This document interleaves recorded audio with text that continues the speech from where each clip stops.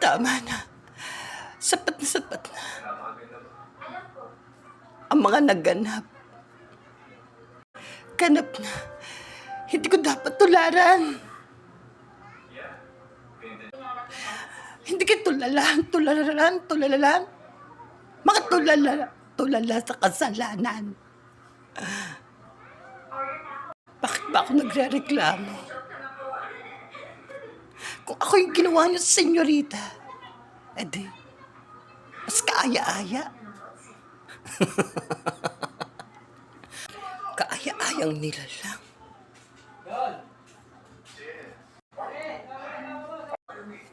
Sa totoo lang, honey, respetuhin mo ang naganap. Dahil, minsan lang to. Hindi mo masasave ang kumpanya ko. Dahil kayo lang din ang huhusga sa pagkatao ko at yuyurak sa kaisipan ko na wala kayong ano na naman sabi mo, kami na naman mali, kami sinungaling, kami ang masama. Lugaan ka sa kasalanan mo, hindi ka marunong makinig sa dapat mong suklamin? Ano kabutihan sa pangangaral mo? Puro ka na lang kalimot sa mga ginamot mong baliw. Dalubhasang kumalikot ng kaisipan ng mga taong nakapaligid sa iyo.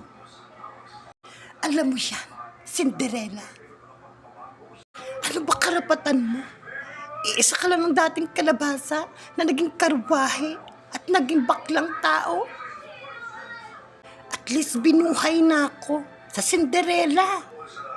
Bagong episode yun. Manood ka. Cinderella, pagkatapos mo akong bigyan ng kabayo, lagyan ng kabayo, papasipa mo lang ako sa mga pinagsasabi mo. Wala kang kwenta. Ako sa Cinderella, may karapatan. Karapatang tumigitig. Tigidig dyan sa mga mata mo. Puro kulite. Puro an-ans sa sore eyes. Nakalwa dinigdikan ng bawang. Kung magising, hindi ka pa nga nakapaghugas ng pinggan dito. Tapos magrereklamo ka. Tapos sabihin mo, isa ka ng kas sa Cinderella. Wala kang karapatan. Pinagmamalaki mo, pinagsasabi mo sa akin na tigidig. What about, I want to say to you, na mukha kang pakitong-kitong dyan sa mata mong kulay. Mukhang alimamang basag-basag. Na hindi man respeto ng prinsipeng pinakamimithi ko. Ako na lang siya. It's my own turn to become a princess. Not only you respect me, I love him. And I told her he don't like. Ayusin mo yun. Bagong script yan. Bagong karakter. Mamagaling ha? Hindi ka gagalingan. Nakakainis pa.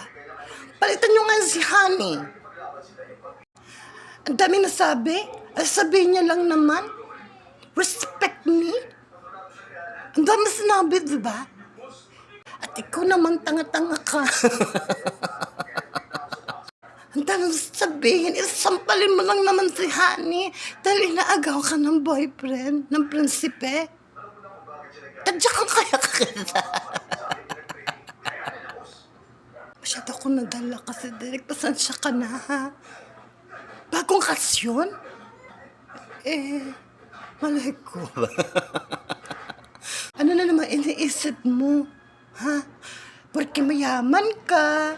Tapos bibili mo yung mga script na magaganda. Ayun na lang naman yung nabili mo. Tapos mo pa na ayos.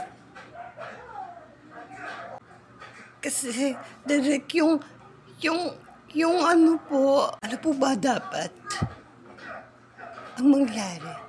Direct ito na yung ulam. Sasermonan mo na naman sila. Halika dito. Ate Lolo, galit ka na naman? Si Ate Lolo, minsan kasi pasimple talaga direct, no? Ano naman pinagsasabi mo, honey? Hindi ako ganun. Hindi ako magpapakita ka direct para lang sa script mong yan. Respect me. Yun lang gagawin mo. Tapos di kami magsasalita ng iba. Parang ganito lang yan eh. Respect me. Diba? Okay na ba yun, direct?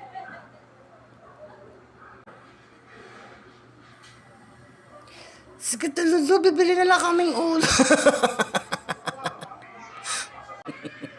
Pinagbigyan na kita sa ginawa mo nung una, tapos uulitin mo, palagyan mo.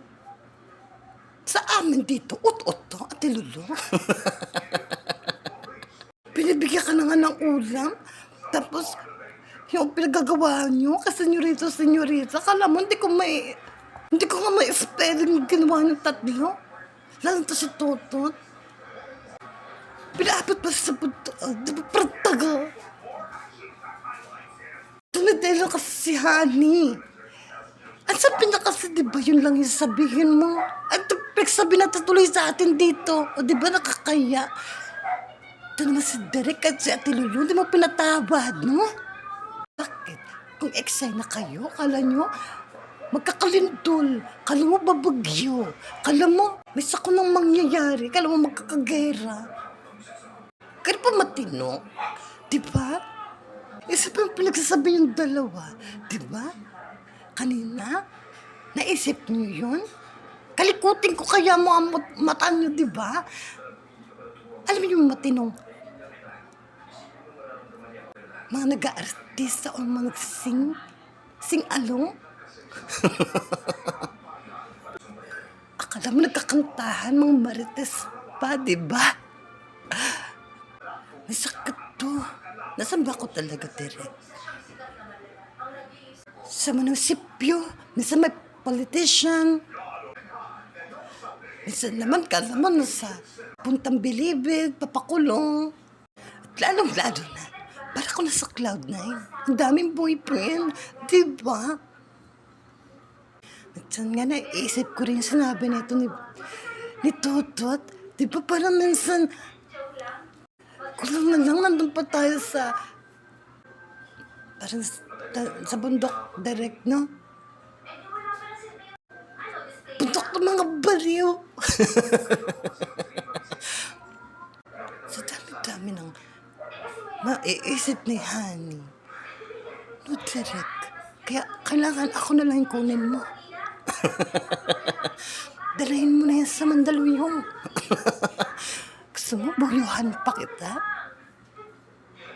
Isa ka rin parang susunga-sunga eh. Balita ko pa nga kung nasaan ka, Totot. At Honey. Alam mo kung nasaan? Nasa buhay ng walang kagalakan. Sa buhay. Pero tumatawa. Imagine mo yun kung nasaan ka, di ba? Kayo na lang mag-usap. Please lang. Kasi Junjun na lang yung partner ko. Huwag na kasi kayo. Pero, kung iisipin mo, ang makamundo mong pinagsasabi, imagine mo, yung duling na karwahe na gagawin mong tao, ay kailangan mong respeto. Isa kang in-check.